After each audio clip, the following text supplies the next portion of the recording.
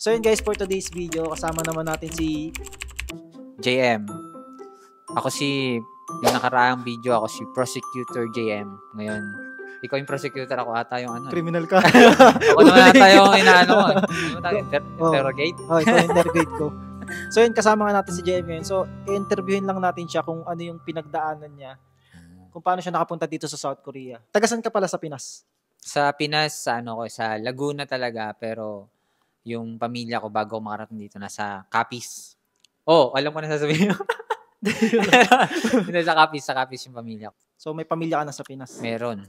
Meron akong asawa, isa. Meron din ako asawa, isa, tas meron 2 anak. Okay. So, yun, paano mo pala nalaman yung pagkukorea? Nalaman ko siya kasi may mga kaibigan ako dito na may mga kaibigan ako na nauna na, mga year 2010, nandito na sila. Kaya nung nalaman ko, tapos yung sahod, malaki, masyadong malaking diferensya sa Pinas, napag-isipan ko na trinay ko lang. Tapos, awa ng Diyos, pinalad, nakachamba. Chamba imnida. Yun yung ano natin eh. Ano pala yung trabaho mo sa Pinas? Sa Pinas, nag-start ako ng service crew, tapos bago ako umalis dito sa auto parts ako. Shoutout sa mga taga-THN, dyan sa may Kalamba. Okay. Anong pinasukan mong crew? Jollibee, ganun? Ano siya, service crew ng mga stall lang, yung mga outlet, yung mga Show My House, Show My King, mga ganyan. Kailan mo nalaman yung pagkukorea? Anong taon yun? Year 2000, tama akong sa pagkakatanda ko, year 2010 ata yun. Matagal ka na pala dito. Hindi, yung mga kaibigan ko matagal na dito. Yung mga 2010 or 2012, mga ganun siguro yung pagkakatanda ko. Tapos, kailan ka nag-start mag-aral ng Korean language? Nag-start ako, una-una patingin-tingin lang sa YouTube eh. Yung may mga nagtuturo doon. Ilan pa lang yun, yung talagang mga Korean. Wala pang masyadong vlogger na mga ganito. Tapos yun, nag-aral. Bago pumasok sa school, nag-start na ako mag-self-study. Bali, self-study ka una. Tapos, learning center. Oo, kasi kapag pumasok ka sa learning center, mabilis yung pacing niya. Kung doon ka pala mag-start magbasa at magsulat, parang mabagal. Kaya nung bago ako pumasok sa school, dapat meron ka ng marunong magbasa at magsulat. Yung bagay, i-advance mo na yung sarili mo para hindi ka mahirapan. Pressure yun. Tagal nun. Kunyari, tuturuan kayo ng basic, pinaka-basic. Kumbaga, para kayong kinder. Pero pag naaral mo siya ng self-study, marunong ka magbasa. Mabilis din kasi yung pacing kapag sa parang matatabunan ka lang na matatabunan. Oo. So, para kaya mo makipagsabayan. Kasi yung mga kasama ko, ganun din. Ganun din yung technique nila. Bago sila note sa YouTube, marunong magbasa at magsulat. Kaya pagdating doon, mabilis yung... Parang may parang intermediate na, hindi na beginner. Maganda. Saan ka nag-start mag-aral ng Korean language? Nag-start, mga 2000, na rin yun eh. Yung talaga nagseryoso ako. Nagseryoso ako mag-aral mga year 2000... Anong year ba ngayon? Nakalimutan yun. Mga year 2020, mga ganun siguro. Mga bago mag-pandemic ata, hindi ko nagkakamali. Mga pa-pandemic na rin yun. Kumbaga parang kasi yung mga kaibigan mo, 2020, alam mo na yung pagkukorea. Pero hindi ka nagtatry. Hindi problema kasi ako noon, bro. Late register. Shoutout sa mga late register siya na nandito sa Korea. Kasi nagtry ako, Japan. Trinay ko, nag-inquire muna ako, Japan, Taiwan. Bawal ang late register. Wala akong no choice. Wala kang no choice? Wala akong no choice eh. Kasi late register. Hindi ka nakapasok ng Japan? Hindi pwede. Kasi trinay ko, may taon siya, may limit na taon na dapat pasok ka dun sa late register. Nag-accept sila pero alam ko parang 2,000 pababa. Doon ka naka-register. Pwede. Pero 2,000 pataas ata, hindi na pwede. Kaya naghanap ako, pagkakita ko, sabi ko, yung Korea, sabi ko, okay, wala akong ibang Kumbaga sa Saudi, ayoko naman. Baba kasi, di ba? Pagkakita ko ng Saudi sa Korea, malaki. Tapos, parang fit sa akin. Hindi ko alam kung pagkakataon yun. Kasi, imagine, nagtry ako, hindi ko naman talaga inuna yung Japan. Yung Korea, Japan, Taiwan. Kumbaga, parang naging last option ba? Yung Korea? Tapos sa last option pa, doon pa ako napakagaling. Late register, nagtatanggap sila dito. Kaya masaya ako natanggap ako dito. Di ba ganun, ayun lang yung requirements ng Korea, no? Kahit hindi ka graduate, may tattoo ka, walang discrimination pa. Yun yung maganda sa Korea. Ang laki pa ng sahod. So sa iba kasi na, ayun yung nagiging option nila. Kunyari, nahihirapan sila sa pag-apply sa Korea. Ayaw nila mag-aral. pumipili na lang sila ng bansa na makakali sila. Taiwan, Mm. Dubai, Saudi, mga ganun. Pero wag ka, bago ako nung nasa training center ako, halos mga kasabay ko, pinatayo kami doon, yung mga, sino daw yun doon yung mga galing ibang bansa. Hmm. Halos lahat galing Japan. Oh? Oh, promise. Sabi ko, napatanong ako doon sa isa. Sabi ko, bro, bakit mas ako? Kasi tinatanong man sila ni Teacher nyo. doon sa shout out kay Sir Alan. Shout out. Shout out kay Sir Alan ka rin ba? Hindi. Ay, Ay, Sir Alan. Sir Alan. Sir Sir Alan. Alan, Oh, kumusta? Sir Alan. Mapakahusay na Oo. yan. Teacher Talagang- yan. Tapos, yun, tinanong ko, halos lahat kasi, ilan yun? Nung training kulang na. ko lang nung 10. Oo, nung training sa DMW. Hmm. Kulang ko lang 10. Puro Grabe. galing sila Japan. Ngayon, tinanong ko sila, bakit? Ang tagal daw nila sa Japan, medyo yung sahod, pero hindi katulad na sa atin. Tapos, ang laki ng Cost of living. cost of living. Mas mataas daw ata, kung hindi ako nagkakamali. Malaki daw sa nila. Pero Tapos, yung cost of living. hindi lang libre. Hindi libre. Maraming bayarin, hindi tulad dito. Kaya nga. Dito wala tayong intindihin eh. Wala. Trabaho ko lang, Oo. sahod. Problema mo na lang kung paano ka magpapahinga. Kaya nga, yun lang problema. So, kailan ka dumating dito sa South Korea? Dumating ako dito last year ng May. 2023 ng May. April. Tapos nag-start ako ng May. Eh di wala ka pang isang taon? Mag-iisang taon pa lang, ngayong May. Hindi, April. kailan ka nag-exam pala? KLT ano ka pala? KLT. KLT 18. Shoutout sa mga KLT 18 KLT, dyan. nauna pa siya sa akin. KLT ano ka ba? KLT 19. Aba, August yung KLT 18. August. Oh, kaso nag-register ako. Kami yung unang, di Uy, ba, after na pandemic, Hmm. kami yung unang mga nag-exam. Oo. Kaya, shoutout sa DMW, Oo. pinahirapan kami. Pinahirapan kami na sobra. Sobrang kasi nung nag-aantay kami ng registration, La, sobrang grabe hassle, yun. grabe. Oo. Kasi, Diba, nag-try ka dami rin nga ba? nagkamali. Nag-try ka rin ba? Oo, nag-try ako nun. Bumagsak ako nun. Kasi, nagbago yung process niya na, yung MB, MB, KB. 15 KB. Nahirapan kami Kaya nga. resize. Talagang saktong-sakto dapat. Walang labis. Oo, walang labis. Doon nagka-problema lahat ng aspirants na Kasi alam nag-aantay. siguro nila marami yung nag-aantay. Oo. Kasi galing pandemic, ilang naipon taon na. din yun. 2 years, na alos lahat ng aspirants, naipon ng 2 years. Parang gigil na gigil makapag-Korea. Ang dami. Oo. Nag-loading nga ata yung nila. Yung site ata nila. Tapos 10,000 lang yung makakapasok, di ba? Mm. Nakapasok ako noon nasa 9,000 ako, ikaw ba? Nung nag-register ka, pang ilang ka? Hindi ko na matandaan, pero siguro hundreds na lang bago ako makapasok. Late na rin. Tapos Hundreds na lang yung makakuha. Hundreds na lang. Kaya sabi ko noon, nung kapag yung naalala ko lang noon, lahat, yung time na yon pinupush mo eh. Oo. Parang gano'n, pag pinupush mo, pag push mo siya ng push, parang ayaw pumasok. Oo. Pero nung time na sabi, ayoko na. Kaya nga. Merong bawi na lang next week. Nakapasok ako. Di ba? Napakagaling. Ako naman, ganun nangyari din sa akin. Umaga pa lang, alas 6 pa lang, inaabang ako na. Tapos alas 8 nandun na yung link. Ayaw pumasok kasi cellphone gamit ko. Nung tinry ko sa computer, pumasok. Mali naman yung details. Tapos bagsak ako ng KLT 18. Sa registeran pa lang. Tapos next month, di ba? May KLT 19 agad. Doon ako Ang maganda nung kasi nung taon na yun, ang dami exam. Ilan ba? 3? Dami. 4? Parang 3. Hindi ko Tatlo naman. yung Pero registeran nung last year, 2022, di ba? Kasi Puro alam exam. nila siguro na Korea marami na uuwi. Siguro nun. So, nakarating ka dito nung May. April. Nag-start ako ng May sa O bali, trabaho. pa 1 year ka na. So, pagdating dito, ano yung nakapunta mong company? Napuntahan ko dito sa Gimje, ano siya eh, paggawa ng sasakyan.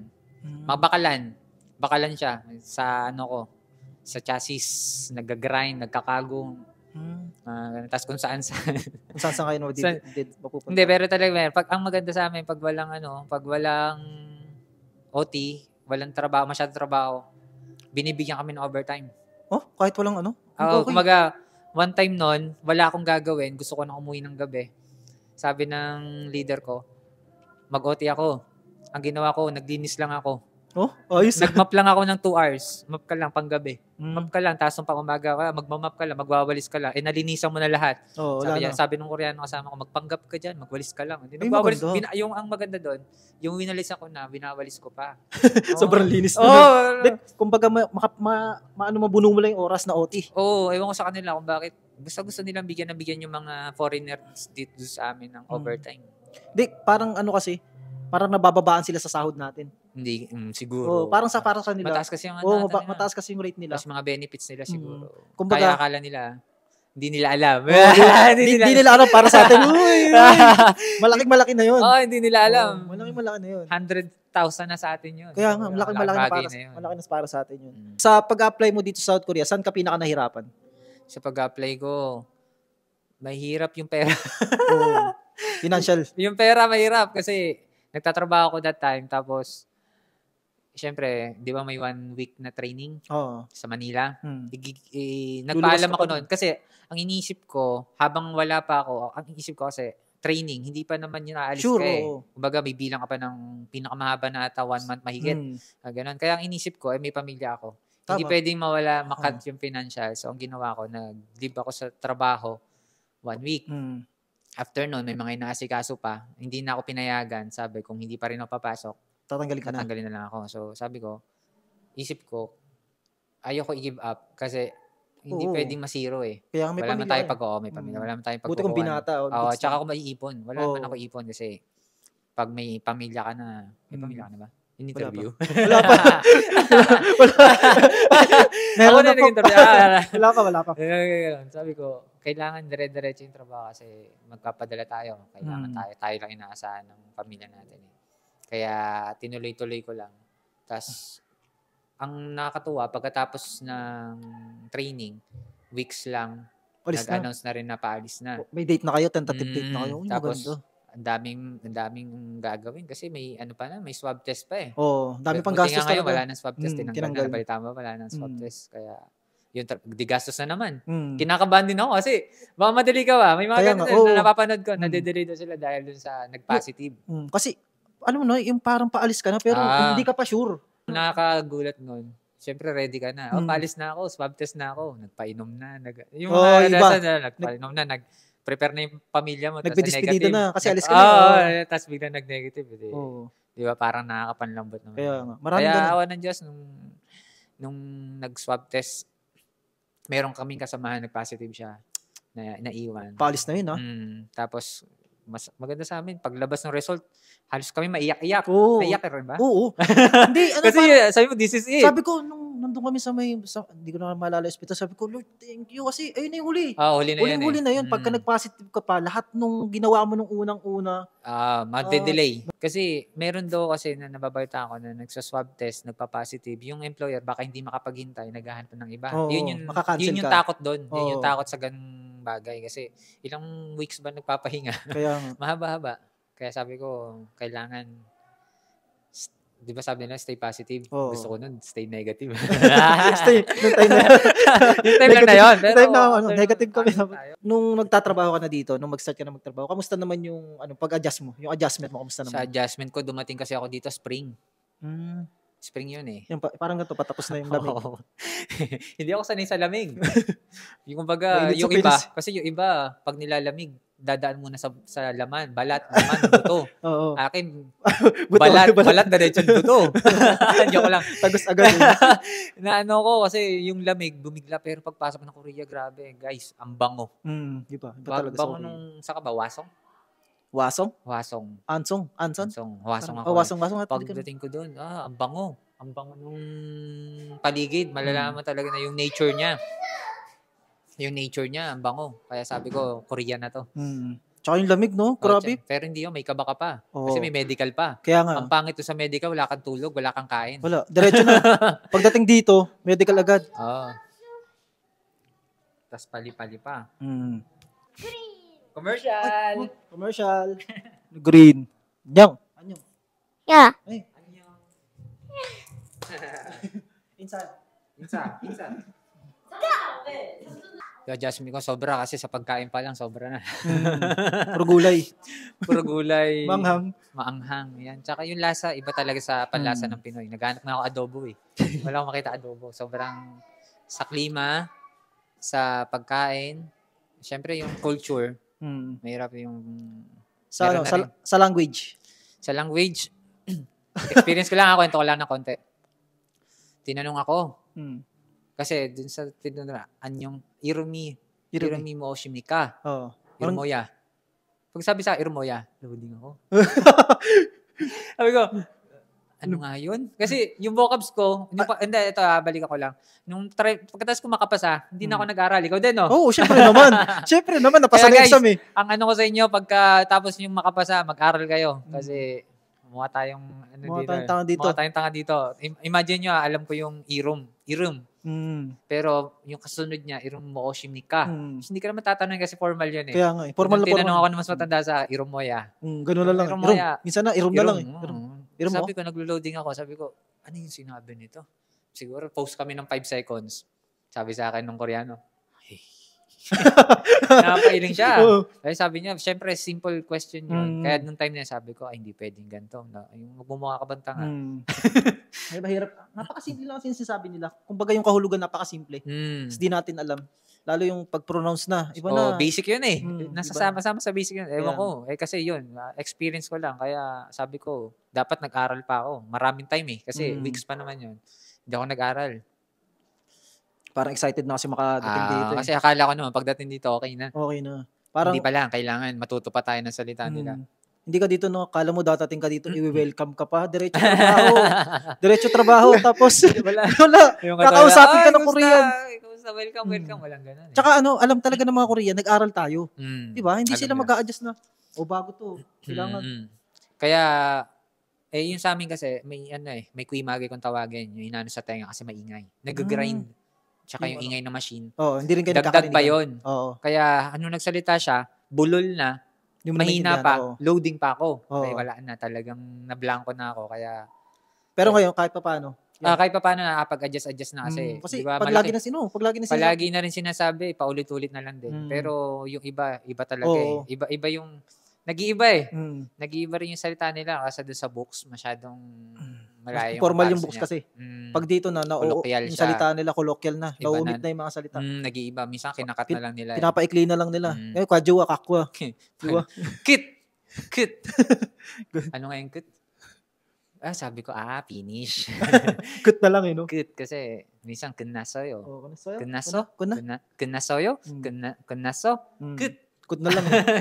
Parang, anong na, parang shortcut. Minsan pag sinabi nila, naglo-loading ka pa. Pero pag tagal, ayun pala. Kapag narinig mo na ulit sa susunod. Pala. Sa ayun lang talaga adjustment kasi mahirap talaga sa una. Yung language. Kasi nga, siyempre, Korean kakausapin. Tayo naman, hindi naman natin language yun. Talagang mahirapan tayo. Umuwi nga ako ng Bisaya, hindi ako nakapag-Bisaya eh. Bakit? Tagalog ako eh. Nakaintindi. Pero meron time na nakakaintindi ka, pero hindi mo kaya ibalik. Oo, meron kasi ako na baka magkamali ka, pero ang maganda pala sa Korean, kung kahit mali ka, sila mag-a-adjust para sa'yo. Kasi alam naman nila na foreigner tayo. Alam nila na direct ka magsalita. Yun, nandito ka na sa Korea, ano yung pinaka-worst experience mo na na-experience? Worst? Ito ba, matawa kayo dahil sa language, ganito yung nangyari. Siyempre, nag-grind ako. Siguro, second day. Kasi first day, hindi ka nila papakalaman sa first day. Guys, ganito sa pinapasukan ko, ewan ko din sa iba. First day, alam nila na tatanga-tanga ka pa. Kasi, hindi mo alam Baguhan. Pag umabot ka ng 2 linggo, lalo ng 2 weeks, dapat pick up mo na yun. So, 2 days na. Pinabayaan na ako. Ang problema, isang machine lang yung hawak ko nung una. Nung 2 araw, nag-2 machine na ako. So, panibagong aral yon. Tinuruan lang ako ng umaga dapat. Isang turo nila, gusto nila, alam na nila. Ngayon, nagkamali ako. Ang sabi ng leader ko, sa pagkakatanda ko, sabi niya, ano yung sabi niya? Chugule? Sinugod ko, no, chugule? Sabi ko. Kasi, tinuturuan ako yung grinder. Iroke. Okay. Tapos sabi ko. Tapos mali kasing ginawa ko. Sabi niya, no michoso? Sabi niya, sabi sa'yo, baliw ka ba? Ganon. Hindi ko kasi alam. Kasi nga yun sinabi ko noong una. Hindi na ako nag-aral. Kumbaga kasi akala ko, mali ko lang. Lagi ako nagnene. Yun lang naman madali. Yun lang naman talaga. Pag nasalita sila, yes. Sabi niya, no michoso? Ay! Kamo siya. Inalis siya. Siya nag-walk out sa akin. Puro na Heba. Sabi sa akin ganun. Tapos, mga ilang araw, siguro kinagabihan din nun, kinabukasan. Nanood ako sa TikTok kasi nga parang nape-pressure na ako eh. Kung naan ako sa sarili ko na parang tingin sa tatanga-tanga ba. Ayoko rin naman yung ibang Pinoy na kala sa mga Pinoy tanga-tanga ba. Dahil lang sa barrier ng language. Nanood ako sa TikTok. Pag nanood ko sa TikTok, ang sabi doon, no michoso. Ito yung meaning. Baliw ka ba? Familiar. Sabi ko, familiar. Sabi ko, hala, ito yung sinasabi sa akin. Sana, ako napakamot. Sabi ko, ba't ako nagne? Ay, ganun. Tapos yun, isa pa, saktong-sakto yung dalawang word na yun. Tsugule. You wanna die? Pag you wanna die, sabi ko, hala, ito pala yung sinasabi sa akin. Nung na-realize ko, ay, talaga, tatanga-tanga nga talaga ako. Hindi ka pa naman. Pero pag di mo naman talaga alam, ganun yung Ganun ka na ba? Oh, pero yung mura, alam ko. Pero iba sinabi niya yung word na yun, no michoso, tsugule. Sabi ko, yun pala yung sinasabi sa akin. Gusto ko pa daw. Kaya pala nag-walkout siya. Sa suko na siguro sa akin. Nagsumuko ba? Sumuko. Yun yung pinaka-worst experience ko na so far, yung ganun, na experience ko na nangyari sa akin. Yun sa language na yun. Gusto ko pa pala mamatay. Tapos baliw pa daw ako. Oo daw. Hindi ka lang nang Sa company nyo, kamusta naman? Ano yung mga sagot? Ano yung maganda sa company nyo? Kumbaga yung libre ba yung bahay? Ganun. Mga benefits. Ano mga benefits sa company benefits namin, maganda yung company na napasukan ko kasi yung utang ko bayad na eh. Yung maganda. Yung pinakamaganda. Kasi maganda yung napasa. Tulad yung sinabi ko, maraming OT. Kahit wala ka nang gagawin, bibigyan ka nila mag-OT, maglinis ka lang OT na yon. Ngayon, pagka naka 3 months ka, meron kang bonus na 100k won. Sarap. 100k won. Pag naka 6 months ka, 300k won. Sarap. Sana all. Pag nadagdagan ka pag umabot ka na ng 1 year, hindi ko pa alam. Ayaw naman sabihin, pag nakaabot ka ng 2 years, every tumatagal ka, may bonus? nadadagdagan ng bonus mo. Ang bonus mo nun, every 2 months. January, February, March, April, May, June. Lagi yun? May bonus kayo? Lagi yun, every 2 months. Ayos Every 2 months, may napasok siyang bonus. Pag automatic na sa bangko nyo? Automatic. Sarap. Nasama sa, automatic siya, every 2 months. Katapusan ng months.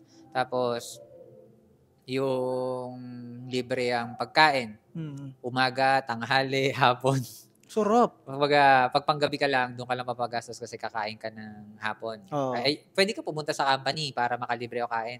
Pero hindi ko na ginagawa kasi baka isipin sa akin, sumasahod ka na. Kaya diba? Laki na ng sahod eh. Laki na ng sahod, kumakain ka pa doon. Tapos, isa pa, yung tulad ng yung nakaraang vacation, Solal ba yun? Solal.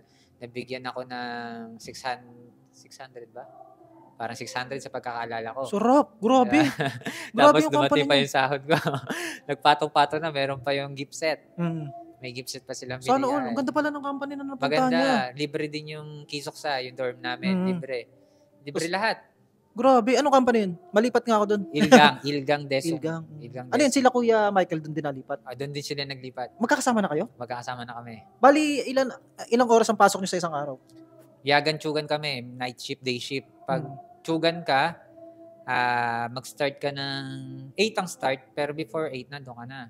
Pag-out ka ng 7:30. 7:30. 12 hours ang pasok nyo? May 12 hours ba kung tutusin? 11. Parang 10 hours yata. Ilan ba? Hindi ko na binibilang eh. Basta kung ilang pumasok sa sahod ka. Ilang OT nyo sa isang umaga?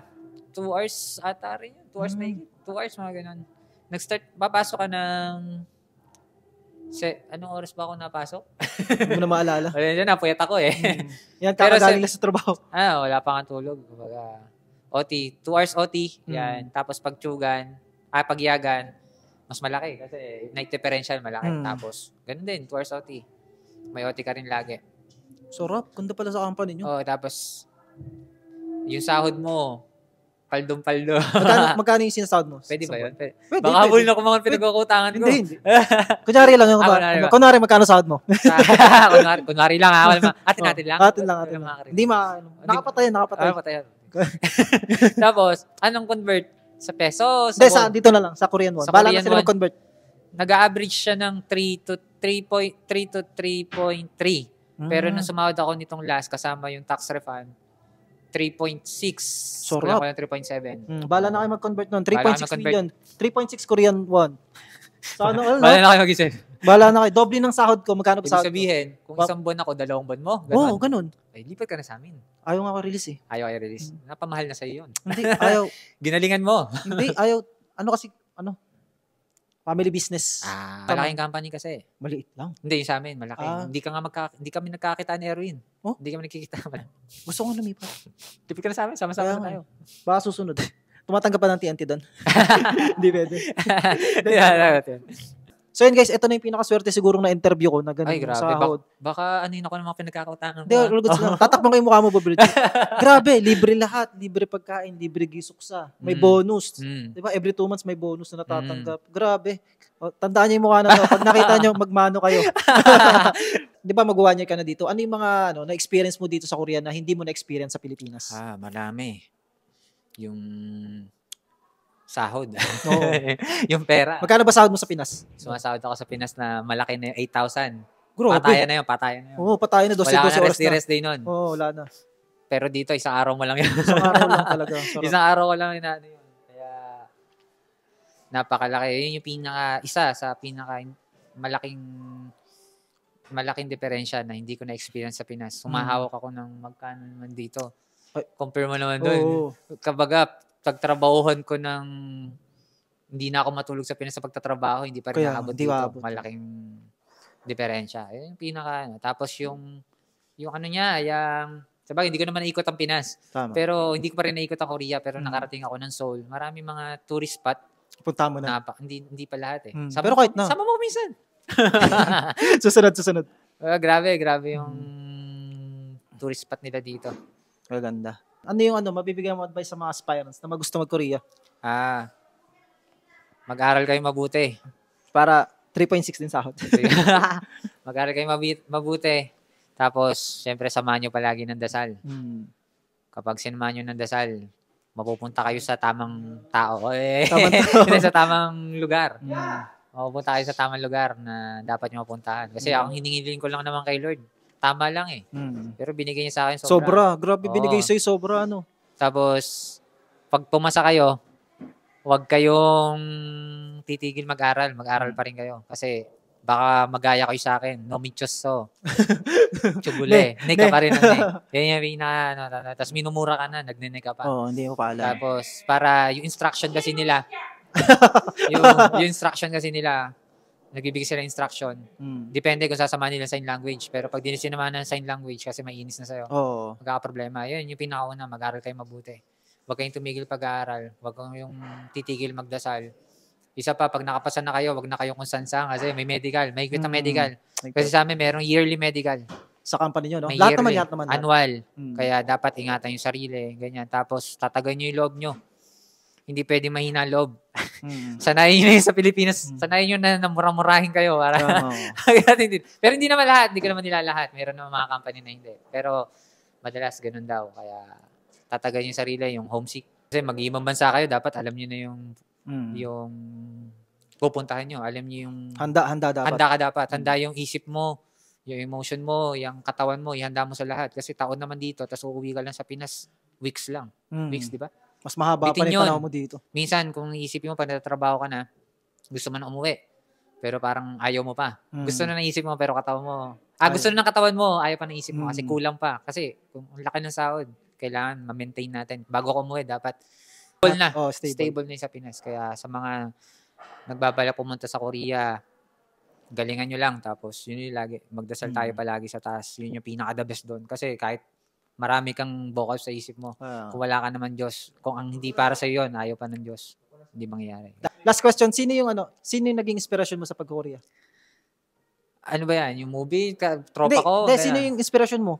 Kung bakit ka nag-abroad? Inspirasyon ko, syempre yung pamilya ko. Kasi meron akong anak.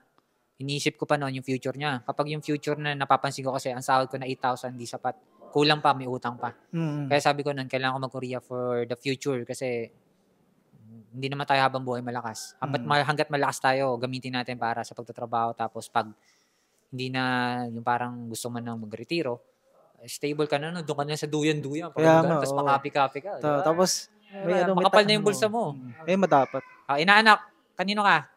1,000. 1,000. Parang gano'n ba? Gano'n lang. Kaya, shoutout sa pamilya ko, sa anak ko, si Stephen. Yung maganda kong asawa. Anong pangalan nun? Ano? Ay, joke lang. Nakalimutan. Kala ilang ba asawa? Yung maganda kong asawa, si Jenny Midel. Tapos, sa mama ko, sa mga kapatid ko. Tapos, Pwede mo mag-shoutout? Oh, shoutout mo. Shoutout sa mga tropa ko dyan sa THN, sa Kalamba. Hindi ko kayo maisa-isa. Shoutout sa pamilya ko sa Capiz, sa Digoma family, Hobro, Matrideo family sa Bicol. Pag nung pumunta ako dito, dumami ka mag-anak ko. Siyempre. Dami ng mga kamusta. Kaya pag-uwi mo marami. Madadagdag, pag nandito sa Korea, madadagdagan ka mag-anak nyo. Pero yung mga solid na kamag-anak ko dyan sa probinsya, yung family Matrideo, Digoma, Hobro, shoutout sa inyo. So yun, hanggang dito na lang. So yun, hanggang dito na lang. Paalam. Hanggang sa muling may pagkikita. Paalam! Bye-bye. Goku? Si Goku lang.